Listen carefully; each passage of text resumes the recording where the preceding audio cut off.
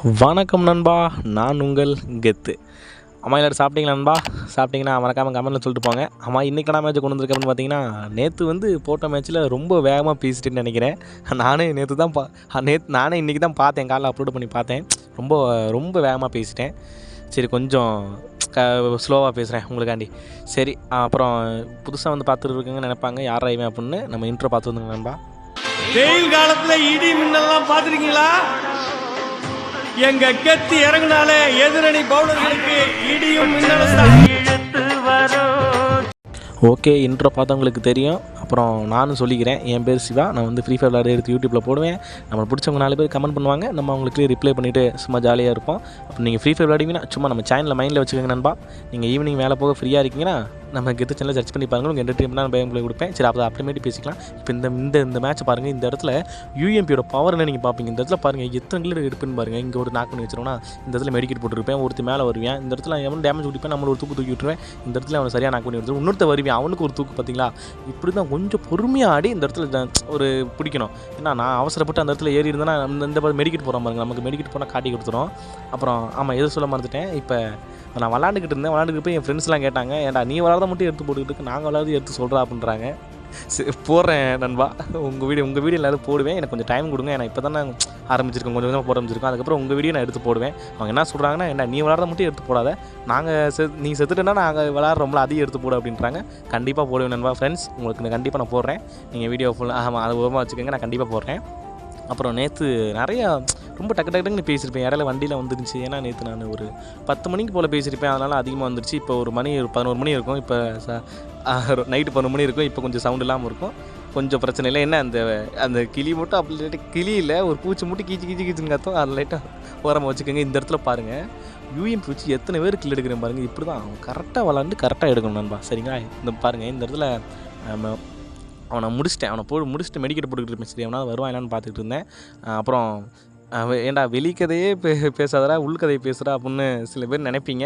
என்ன பண்ணுறது, நம்மளும் உள்கதை பேசலான்னு பார்த்தா என்ன பேசுன்னு எனக்கே தெரியல. நானாக ஏதோ ஒன்று பேசிக்கிட்டு இருக்கேன். சரி, நான் பேசாமல் போட்டால் வீடியோ நல்லா இருக்காது அப்படின்னு நானாக பேசிக்கிட்டு இருக்கேன். சரி விடுங்க, உங்களுக்கு பிடிச்சனா என்ன வேணால் பண்ணுவேன். அப்புறம் நண்பா, உங்களுக்காண்டி ஹார்ட் ஒர்க் பண்ணி வீடியோ போட்டுக்கிட்டு இருக்கேன். நம்மளுக்கு ஏதாவது ஒன்று பண்ணணும்னா நம்ம சேனலை சப்ஸ்கிரைப்லாம் பண்ண வேணாம் நண்பா, ஒரே ஒரு லைக் மட்டும். அப்புறம் உங்கள் நீங்கள் நம்மளை பிடிச்சவங்க ஒரு 10 பேர் பார்க்குறீங்களா, அந்த 10 பேர் நம்ம சேனலை எடுத்து வாட்ஸ்அப் ஸ்டேட்டஸு இந்த மாதிரி ஒரு கெத்துன்றவன் வீடியோ போட்டுக்கிட்டு இருக்கேன், ரெகுலராக பாருங்கடா, பார்க்க கூட வேணாம், சும்மா பாருங்கடா, பேசுகிறதாவது கேளுங்கடா அப்படின்னு சொல்லி நீ வீடியோ பார்க்க வைங்க.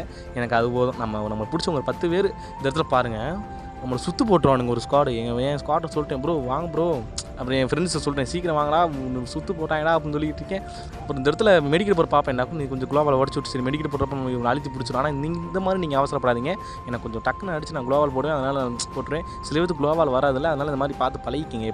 அதாவது நான் இப்போ விளாட தெரிஞ்சவங்க நான் சொல்லலை, விளாட தெரியாதவங்களுக்கு இந்த மாதிரி சொல்கிறேன். நான் எனிமே அடிச்சோம்னா டக்குன்னு சிட்டப் குளோவால் போட்டு, சிட்டப் குளோவால் போட வேணாம், குளோவால் போட்டாலே போதும்.